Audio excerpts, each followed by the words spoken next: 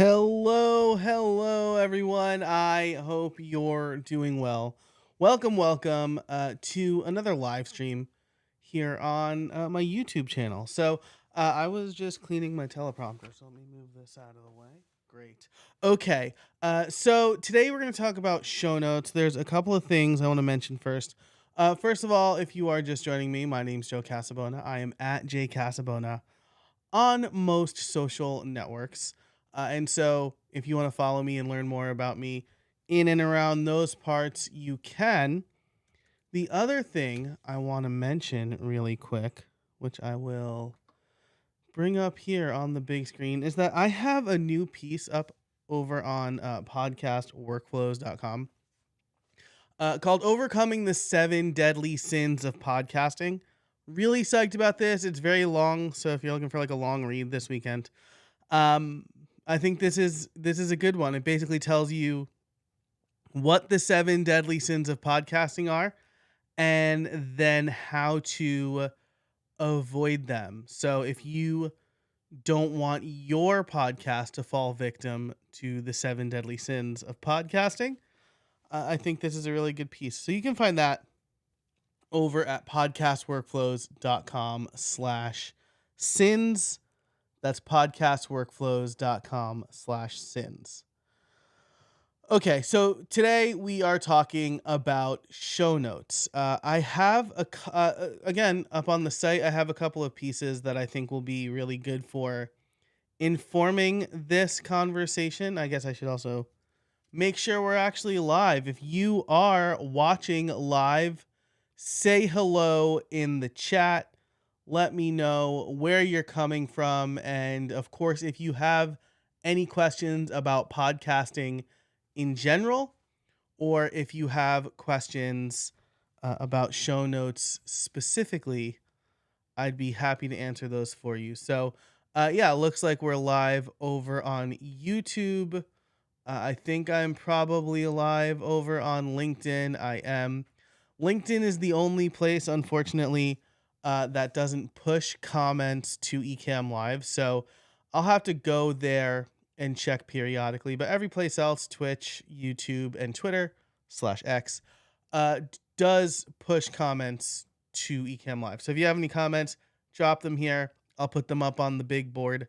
We can keep rolling from there. Okay, so let's go back here. So I have two pieces on show notes. These both went out in my newsletter. So if you want to, get these delivered right to your inbox, you can sign up over at podcastworkflows.com as well. But I started thinking about this because I saw two things pointed me in this direction, right? Where the first was I was giving a talk last week in my friend Stacy's community, and I just kind of casually mentioned show notes, and somebody in the audience asked, like, "Hey, what are show notes?" So I thought that was really interesting because, like, if you've been podcasting for a long time, then you already know what show notes are, right? They're the thing that accompanies the episode, right, in an app, like the text and links. And a lot of podcasters say, like, you can find this in the show notes. So it feels pretty intuitive if you've been podcasting for a while. Now, if you haven't, and in Stacy's community, right, like, she encourages, and I love this, she encourages like messy launching. Just like get your podcast out there and then we can fix it later, which is great because I think a lot of people, myself included, get hung up on the details of podcasting, or anything really, and then like we fail to launch because we're afraid of perfectionism. But if you are unfamiliar, then you might not know like what show notes are or why people refer to them as show notes. The other thing that kind of encouraged me, I'll say, to write this piece is an email I got from my friend Crystal Profit, about, and she runs the Profit podcast. That's Profit with 2 T's. And I think two F's and two T's. I'll double check that. um, about coaching her friend into kind of nixing show notes altogether. And her point ultimately is like, don't let things that hold you back or things that are a struggle for you prevent you from actually doing the thing. And I agree with that, but I strongly believe that show notes are a very important aspect of growing your show. So we'll talk about what show notes are, how they work, how they appear in different apps, and what you could do to improve your show notes and hopefully grow a little bit more. So again, if you're just joining us, let me know. Say hello in the chat. Let me know where you're coming from. If you have any questions, let me know. So let me bring up this piece here. Also, let me know if I sound okay. I've been messing with my board a little bit.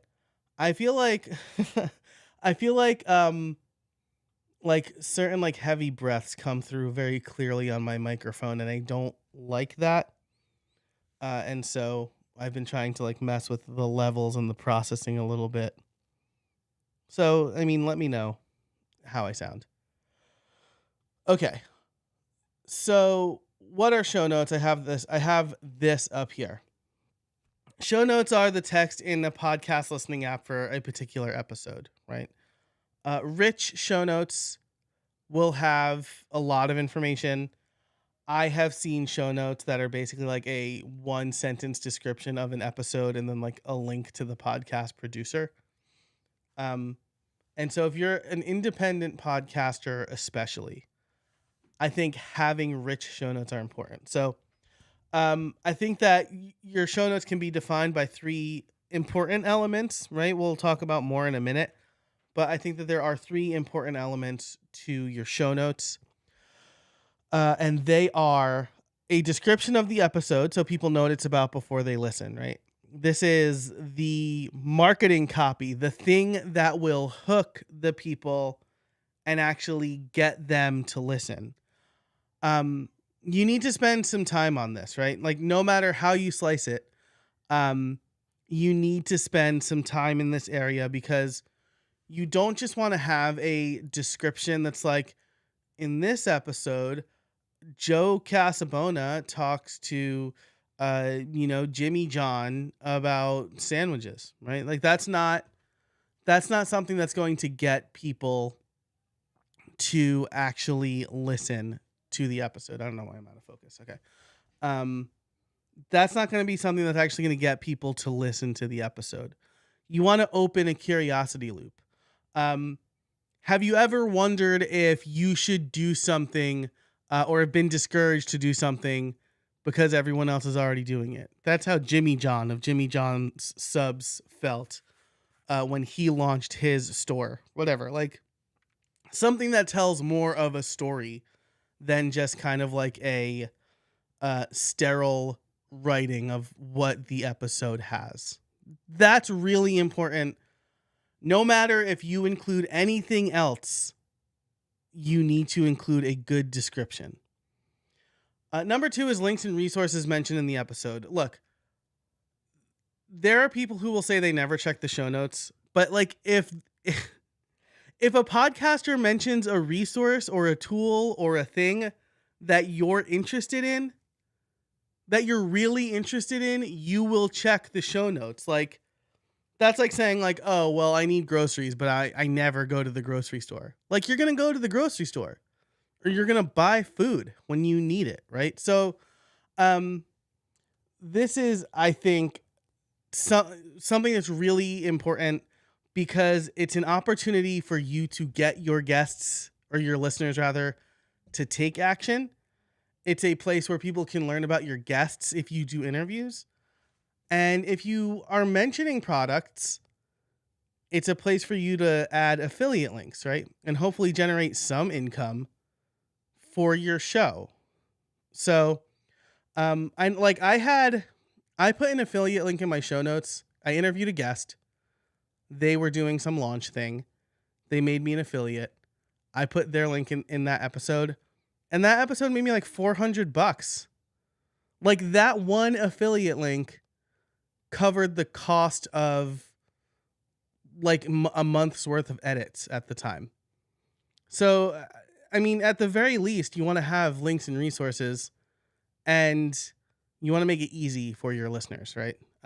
To take action. That's also another really important part. Is it's really hard to get listeners to take action in general because listening to podcasts is such an unfocused activity. Like you could be driving or running or doing chores or at the gym or wrangling your children.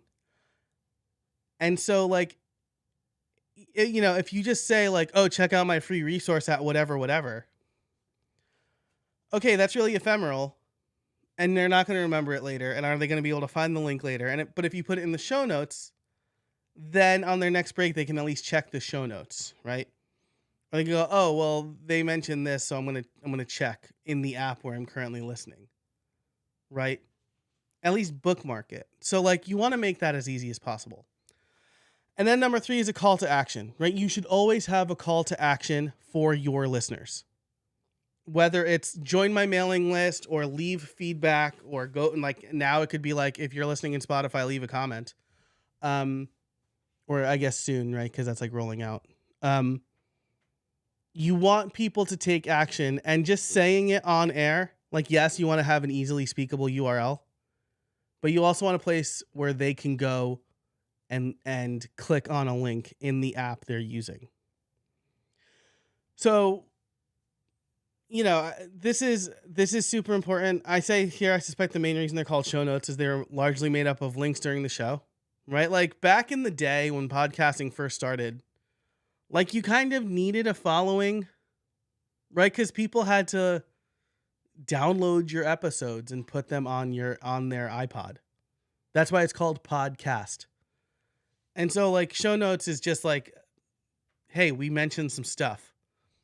But now they've evolved and they have so many things available. So, I think that that's really important. So, show notes are a place for you to leverage your audience in a really effective way. And a way for you to grow your show in a really effective way. Okay, so I kind of touched on this, like why you should have them. I'll show this here. I kind of touched on this, like why you should have show notes. But I think that this is a good analogy, right? Have you ever woken up in the middle of the night with a great idea and you were like, "Oh, I'll remember that in the morning," but you definitely don't remember that in the morning? That's the experience of not having resources in your show notes, right? It's like, oh man, they mentioned this really cool thing and I can't remember what it was called. So I guess it's lost forever, right? Like I can rewind and try to find where they said it. But if you have like an hour-long podcast, are you going to really sift through just to find a thing? Like, you're going to hope you come across it again. So that's like another reason that you should have good show notes. Lots of resources. And so before we get to the format, I want to mention this other piece I have. Because I published the one we were just looking at, and I got some really good feedback from people. Like I got really good comments, right? My friend Alistair McDermott said, I think show notes are useful to help listeners decide if the episode is for them. I think the episode page on your website is for the resources. And then Leo over on Twitter said, I have a love-hate relationship with show notes. I hate creating them. I love having them. When I listen to podcasts, I always want to look at them, and I never do. I don't know, Leo, but like, I have a hard time believing this statement.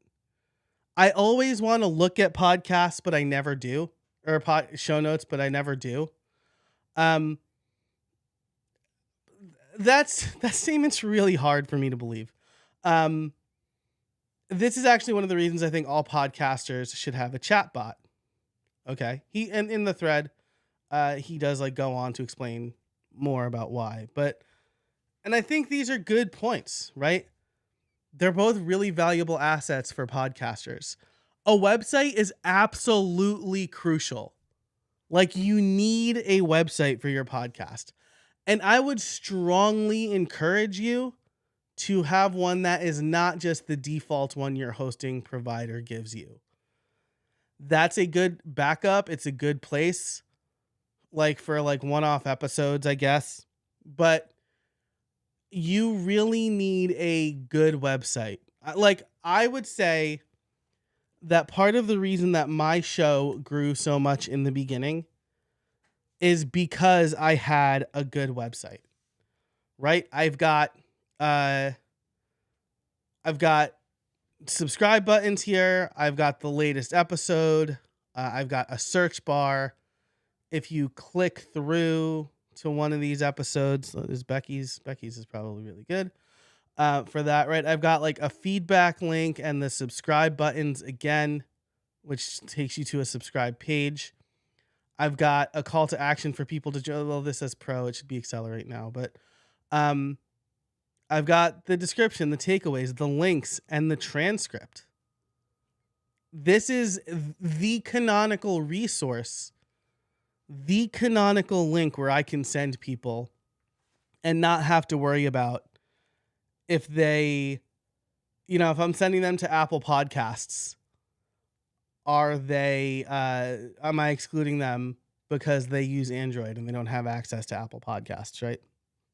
So, and then this is, I forget what episode number this is, and I can't see it here on the, I can't see it here on the artwork, but if it was like 345 or something, then I say, yeah, just go to streamlined.fm/345.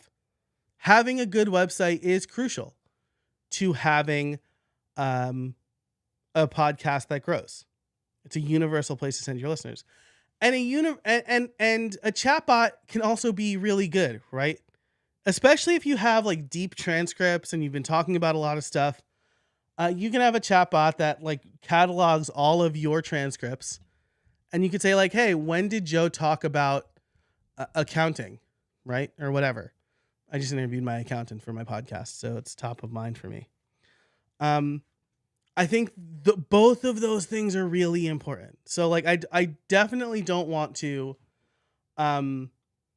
like put down either of those statements because they're both true, but there is a fatal flaw in both of them.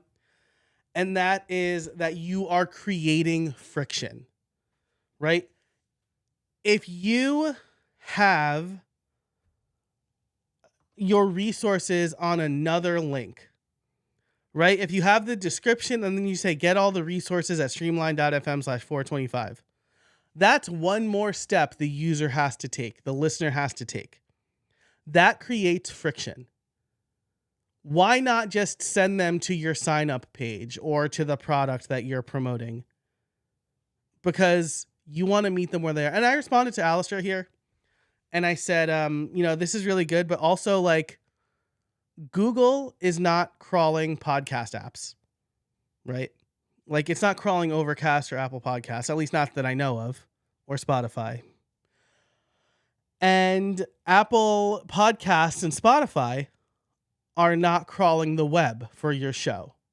Like when someone searches for your podcast, especially in Spotify, like it's like questionable on Apple Podcasts, but when someone searches in Spotify, the richer your show notes, the more likely it is that you'll be found, right? Inside of those show notes. So you want to have parity between the two. And then Leo, again, like I agree that a chatbot could be very helpful for a podcaster. But he says, when I listen to podcasts, I always want to look at show notes and I never do. If you never take the action of looking in the app you're already using, I have a hard time seeing a situation where people will then instead go and interact with your chatbot on your website. Right? A chatbot is great for long-term discovery and user experience for your listeners to find stuff later. Show notes are the thing that you like. This is the thing that will help them take action now. And that's what you want from your show notes. You want people to subscribe to your podcast and maybe share it and subscribe to your mailing list. And if you're like, go talk to my chatbot about it, that's not good. That's not good. Or even like, go look on my website. Also not good. Right? The fewer steps that you can make for your listeners to take the action you want them to take, the better. In that article, I say you want to meet them where they are. Create a frictionless experience and meet them where they are. Because if we are already recognizing that it's hard to get listeners to take action, any amount of friction makes it harder. So, I think, again, I don't want to pick on Leo here, but these statements are, in my opinion, diametrically opposed. Right. And I follow Leo. I don't know him personally. I'm sure if we had a conversation that was more than just a tweet, we'd find more common ground, but we want as little friction as possible. Right. And so, if we look at the benefit of detailed show notes, we will achieve Alistair's goal, which is to convince people to listen, right? And I'll get to the format in a minute. We put our primary CTA right in the app where people are, so we're meeting them where they are. We give them a reason to keep reading the show notes because we've added more detail. And then we can provide other resources or a secondary CTA, like a chatbot, right? Hey, if you liked this episode, you should go talk to my chatbot and find other episodes where I talk about the thing that you liked the best, right? It doesn't even have to be like, hey, I also talk about accounting in these episodes, right? In my interview with my accountant, we talked about LLCs a little bit, and you'd be like, hey, if the thing that stood out to you was incorporating your business, head on over, talk to my chatbot about what other episodes I talk about that in, right? And then as I was writing this article last night, my friend Michael Bickett commented another reason why detailed show notes are important. A new reason for detailed show notes: Spotify's new comments feature. On-platform comments may potentially reduce listener need to interact with podcasts on their socials. I would add on their website, right? If people get everything they need from the platform, then they don't need to leave the platform to go to the website. And if they're commenting and interacting and finding other stuff to listen to, you want everything to be there, right? It will, however, increase visibility of show notes, right? So this is the comments will increase visibility. If podcasters have affiliate links for other CTAs, they absolutely need to be in show notes instead of relying solely on their website or socials. I agree wholeheartedly, right? Look at YouTube. Look at all of the effort YouTube has put in to keeping people on platform. Not only because comments are there and more content is there and the recommendation engine is there, but you can purchase products right from a YouTube video, right? You can become a member on YouTube. You can subscribe to community posts, right? You basically have, if YouTube wants people to stay there, and so they're giving creator the tools to fully interact with and monetize their audience on platform. Spotify is very obviously trying to do that with podcasting. And I'm not saying it's a good thing in the sense that your content should be everywhere and that's the reason that you might want to have a website. But YouTube is very successful and has made people very successful. And it's very convenient for the people consuming your content. And so you want to make this as convenient as possible for your listeners. So that's everything I have to say about show notes, as far as like why you should have them. The other thing I want to dig in on here, I'll go back to the other article actually, is the format. So let's talk about this format a little bit. I'll do a quick comments check. If you're just joining me, let me know. Say hello. Let me know where you're coming from. If you have any questions about show notes or podcasting in general, I'm happy to answer them. So let's see. Don't see any comments over here. I'll go to LinkedIn because that's the place that doesn't push comments to me. Don't see any comments over there. Okay, so great. We're ready to move on to the next spot. I don't know why my camera is not focusing the right way. Okay. This is like a new issue. It's super weird. Okay. Where are we? Okay, great. So let's talk format. And I'll say I don't fully follow this format yet. I have a little bit of technical debt as far as how my show notes are put together. But as I was thinking through this, I basically thought of this and published it before I started implementing it. But as I was thinking through this, I think that this is a very good format for show notes. You have the hook and the description, right? So, for the episode I am working on now, which is Rachel's episode, this is not fully written yet, actually. But the hook is, when I first started my business, I was 14 years old. My income was pretty light and my expenses were even lighter. I didn't even pay for hosting. I hosted my few client websites on a web server in my bedroom. But even then I started to write this and then I realized what time it was.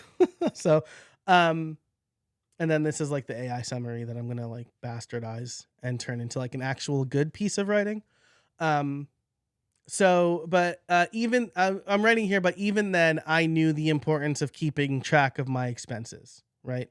And then I'll kind of go on to why you should listen to this. If you're a solopreneur and you're wondering about expenses and essentially how to maximize your tax refund and keep more of your money and keep an eye on things, this is what you need to do. I think this is someplace a lot of solopreneurs struggle.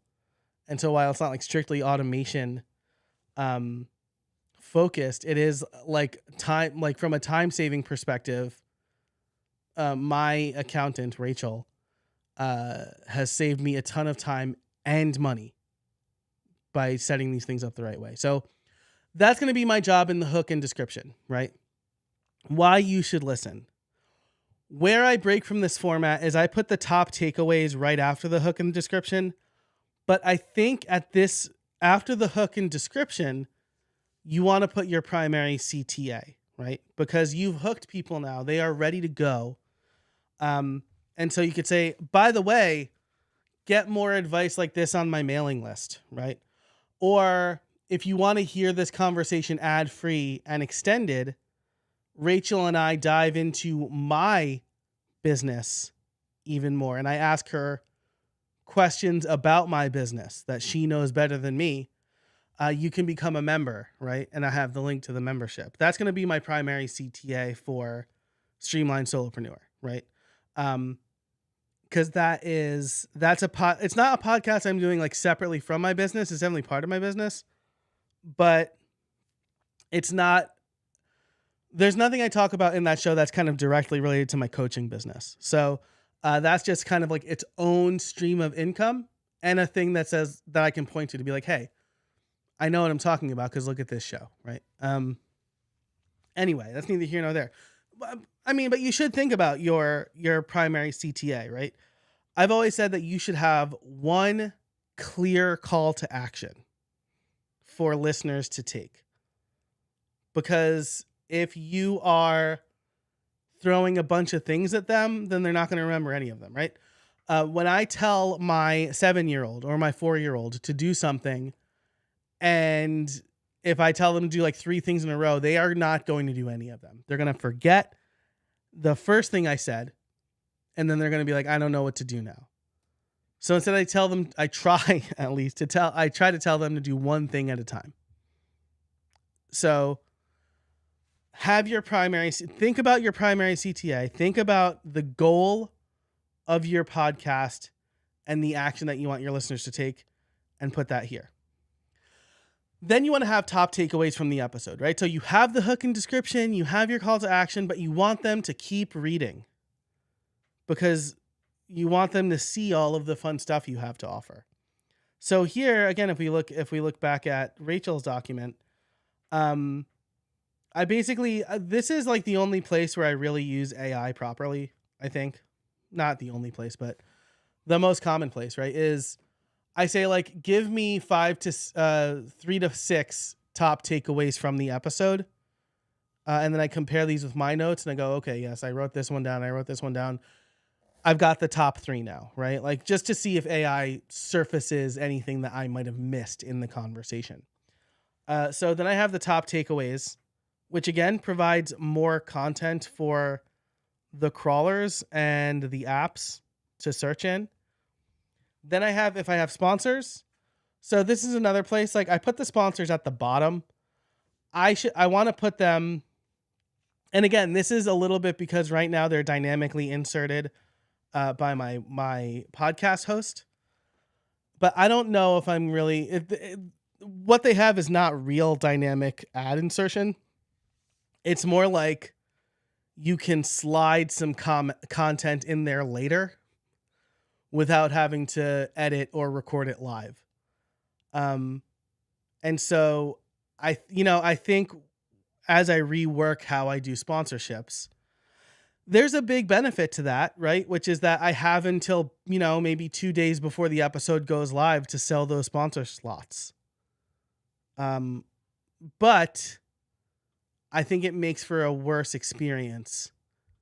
And I'd rather have those spots sold, and then I could always like add it dynamically in later, right? It's like there are ways around that, right? And so anyway, I'd like to put the sponsors here under the top takeaways, right? They're higher in the list, so they're called out a little bit more, and then they're mentioned in the show.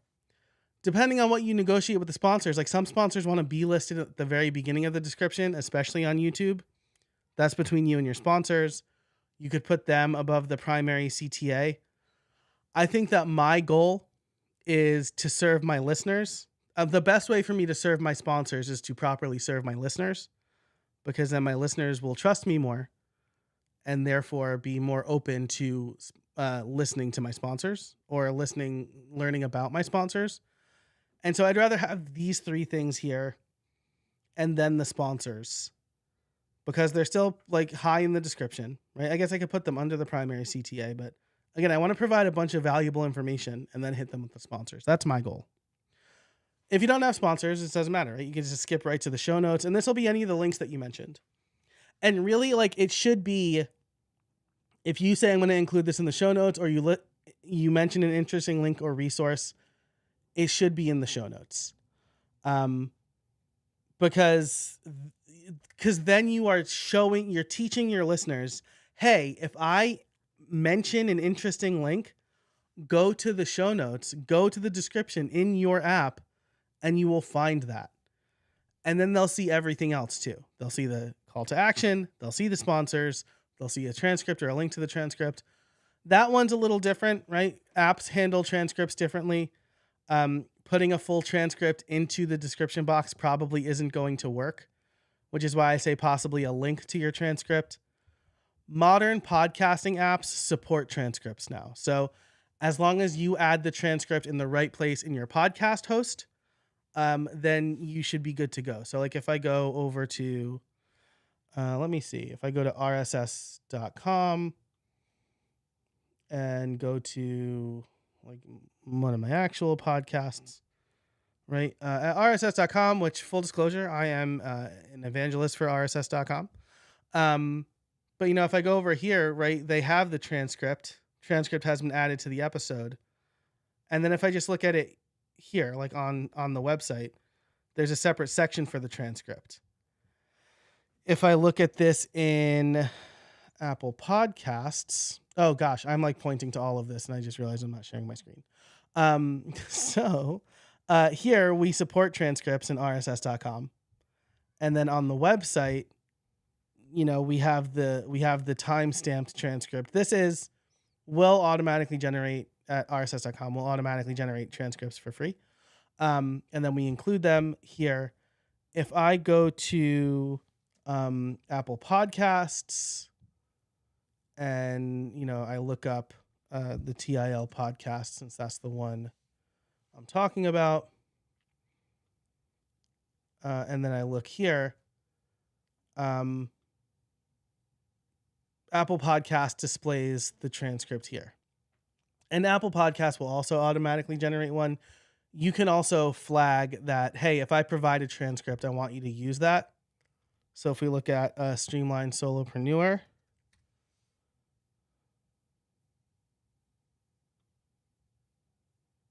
let's see. No, are we not doing the transcript for this one? Let me go to an older episode. This one.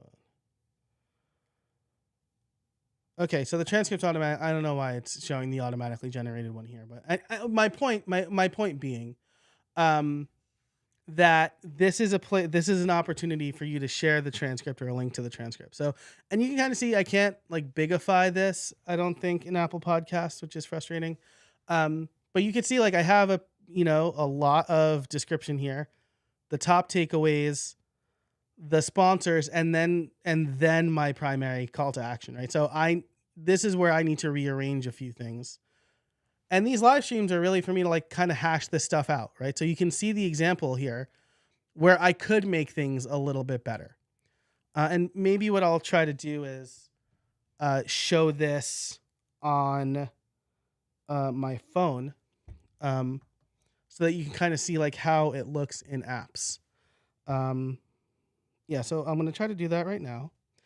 I say try. I should be able to. This is like a pretty common thing I do these days. I wasn't quite set up to do that. So let's see.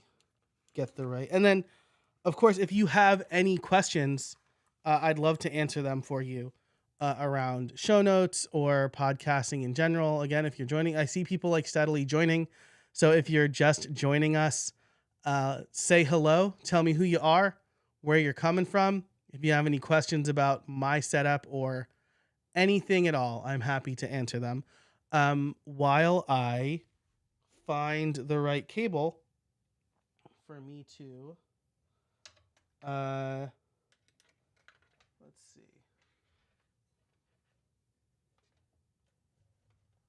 This is really good. This is great content right here. Where, let's see, this one should work. I can never find the cable I need to find when I need to find it. Don't spill that. All right, good. This one will work. This one will not work. Oh, I just remembered that so this is actually better than it should be. I forgot I was using an iPhone 15. Let's see. Dude, this is great content, isn't it, everybody? Am I losing? Is everybody gone now? Oh, you're all sticking around. That's really nice. Okay, so I need to trust this device. We're good there. And so then I should be able to switch to this other device. Oh, wonderful. So I have recording on. Okay. So if I open Apple Podcasts, hope I don't get a text.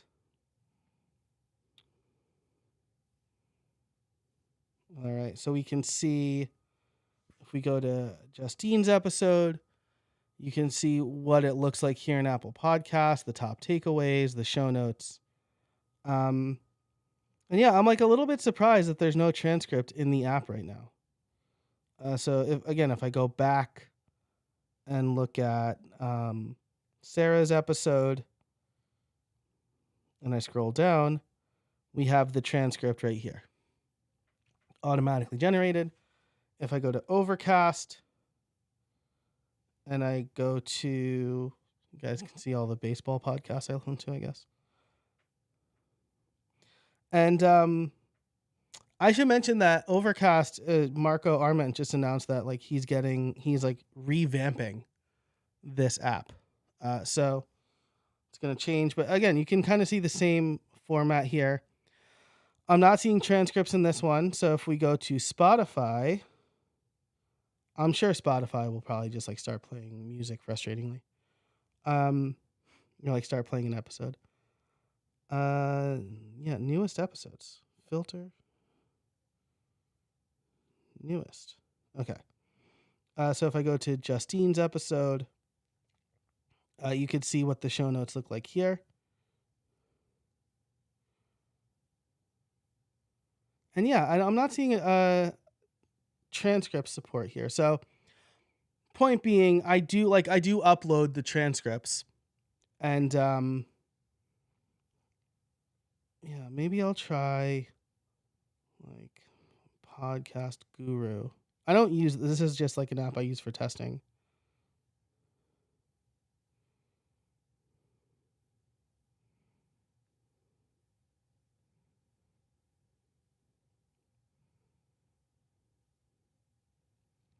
Yeah, this is I wonder if. So I use a different host than RSS.com for this podcast because there's a private podcast and dynamic ads associated. And I wonder if they don't display transcripts the right way. So like let's see, there's an Pod News is probably doing transcripts the right way. Go to Pod News here.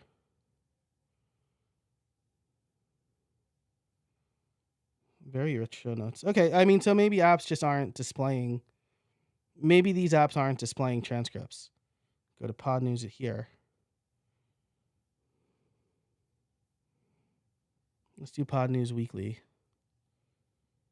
And go here. Okay, so we've got chapters. Yeah, I mean, maybe it's just. Maybe we aren't seeing transcripts in the app for whatever reason. Or like maybe I have to start playing it. I'm really sorry.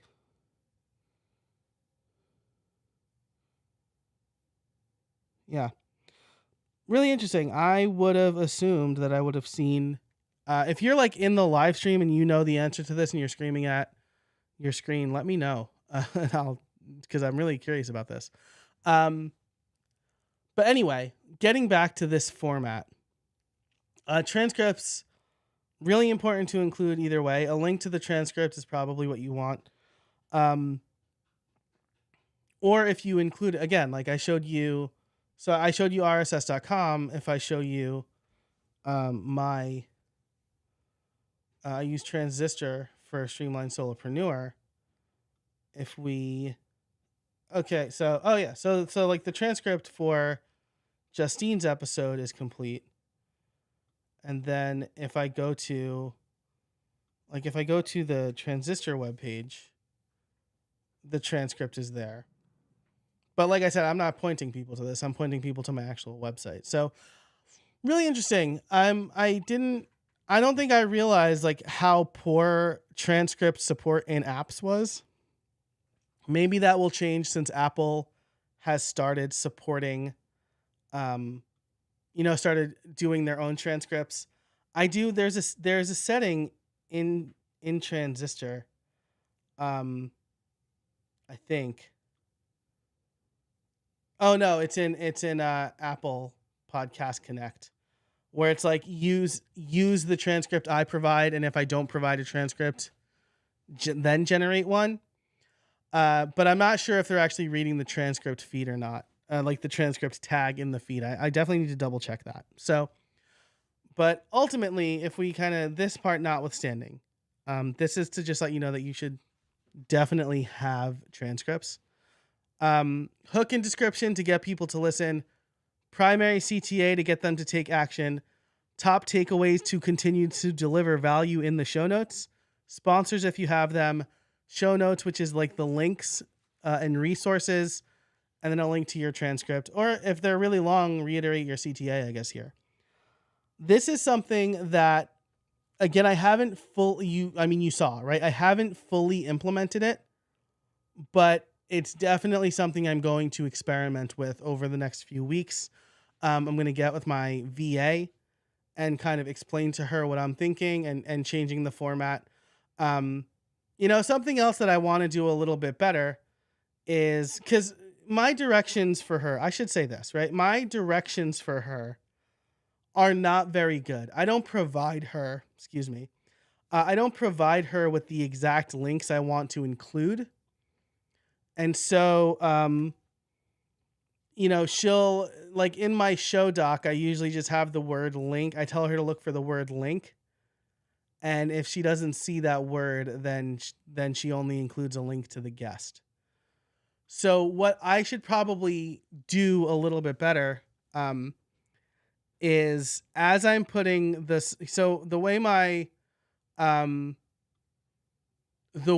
my process works is I will record the episode, I will write the description and the top takeaways, and then I'll send the document to my VA and say, hey, take the summary, write the description and the top takeaways, and then look through this document for any time I write the word link and find the link and add it to the show notes.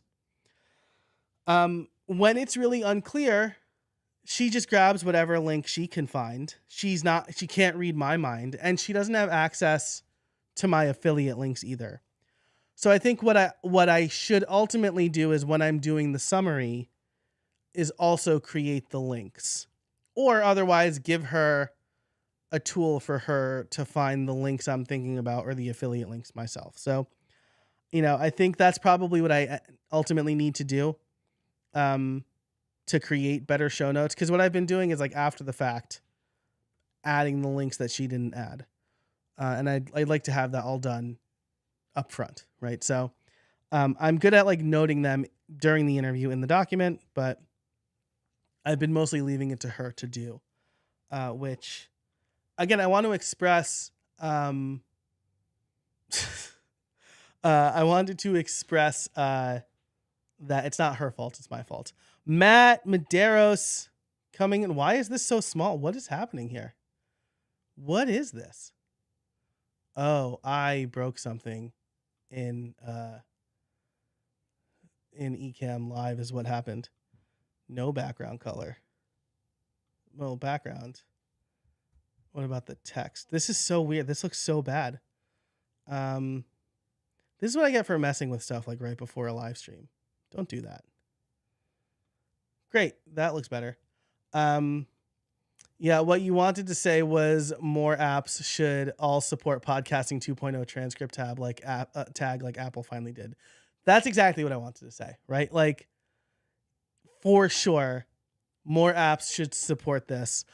So if you're unfamiliar, podcasting 2.0 is, gosh, what's the best way? Well, I'll bring up the website that describes it a little better. It's basically just like a new set of features. Podcasting2.org is the website that I like to go to. Oh my gosh, this has been redesigned. Maybe it's just like supporting dark mode. No, I think this got redesigned. Okay. Anyway, podcasting is making podcasts better for audiences, listeners, and developers, richer listening experience, more features for podcasters to have. So, like, transcripts is really nice. They're called namespaces, but let's call namespaces features, right? That's essentially what they are. And this is basically like a document for podcast apps and podcast hosts to follow to implement these universal features, so that we don't have, like, vendor lock-in or features only in one place or another. And it's a really good initiative, right? This is like what makes the open web is there's uh, it's called a spec essentially for features that browsers should implement so that you have mostly a like a homogeneous experience across various apps, or consistent is the right word. And so there are some really good features here, like transcript is one, chapters is another to make it easy to jump around. I want to see like better supported chapters across the board. I want adding chapters in podcasts to be as easy as adding chapters in YouTube. And right now, that's not the case because the chapters need to be embedded into the MP3. Some apps do a good job of supporting like text chapters in the show notes. So that's my. If you're interested, leave a comment and I'll do like a whole uh, live stream on chapters. Um, Podroll is recommending other podcasts, and then there's like Locked. I can I don't know what got like the popular tag here, but Locked is probably the one that is the most supported because this means that people can't just straight up steal your podcast. Um, so like this is a really important one. And then funding, clips. That's really interesting. Season numbering, location. Um, Lots of really good extra info to make the podcast experience richer, right? Like Podping is a way to like the way most apps work is they will periodically check the feeds that you're subscribed to. So let's say every 15 minutes. Whereas if they implement Podping, the feed basically sends out a signal saying like, hey, it's like email, right? Like, hey, there's a new episode you should download, and then it'll get downloaded. So a lot of really good features here in podcasting 2.0. But like these three, I mean, transcripts especially are crucial, right? Transcripts and chapters are a way to make your podcast more accessible to more people, right? Transcripts for people who can't listen or prefer to read or skim or are looking for something specific that you said. And then chapters to let people jump around to the part of the episode that they want to hear, right? I love using chapters as a listener. As a podcaster, I use them more in podcast workflows than I do in the Streamline Solopreneur because I feel like I'm kind of telling a whole story in the Streamline Solopreneur, and it's not like a segmented show. It's you should listen to the whole thing. But in podcast workflows, like I have a 3 things in podcasting. If you don't care about the first thing, you can jump right to the second, right? So I love using chapters for that. So anyway, Matt, you've sent me on a little bit of a soapbox thing. But yeah, I agree wholeheartedly. Like more apps should implement podcasting 2.0 features. I use Overcast, and so I'm really excited for this redesign. I'm actually kind of bummed I'm not on the beta, but I don't know. I didn't realize that there was.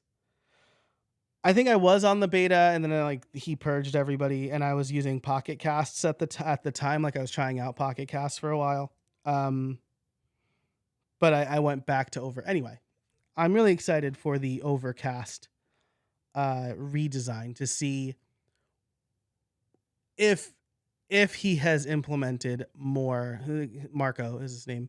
If he has implemented more podcast 2.0 features. I'm also like something that's needling at me. Maybe this is, if no other questions come in, this is where we'll leave it because I know it's almost 3:00, even though for some reason my phone says 9:41. I don't know why that's happening. Well, I'll unplug my phone now. Okay. That was insanely weird, whatever that was. Something that has been poking at me is oh well, that's not going to be right at all. like why isn't the transcript showing up? So let's see. This will be a show and tell thing. If I click RSS feed,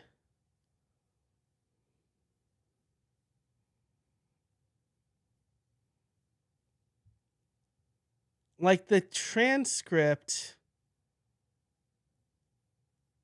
is not in the RSS feed. If we view the source here,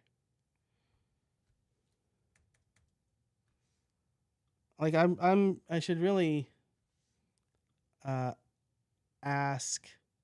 Okay, so here's Podroll. These are the podcasts I recommend. Support my trailers. I'm testing out a new category here. Season numbers.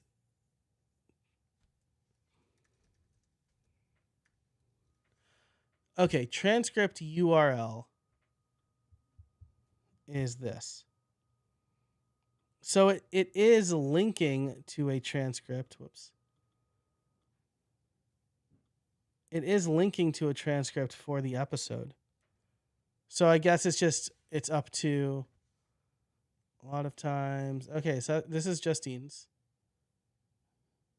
Yeah. So I don't know if it's just that like I'm using a text format and that's not right. That's something I should dig into that I didn't really think about digging into until now. But like maybe actually come on this journey with me, my friends. Let's see. URL type plain text HTML VTT JSON. Language, the language of the linked transcript. If there's no language given, the link is assumed to be the same language. Okay, rel. If it's captions. So like this is accurate. This is fine. Where is it? I've lost it already. Yeah, I guess there it is. Podcast transcript type text plain. So like this should be fine, right? Like this should be something that apps can pick up. So I don't know. That's something I'm very curious about. But let me see. I haven't seen any more questions come in. I will head over to LinkedIn to make sure that is true, since I don't really know how comments work on LinkedIn. No comments there. So that's it for this live stream. Thanks so much to everybody who stuck around and watched. I hope you found it helpful. Thanks to Matt for putting into words what I was trying to say nicely in the stream. Thanks, Matt, for showing up in the chat. If you have any questions about show notes or anything like that, let me know. You can find me on socials or head over to podcastworkflows.com. Check out my 7 Deadly Sins article and join my mailing list. Thanks so much for watching. And until next time, I can't wait to see what you make.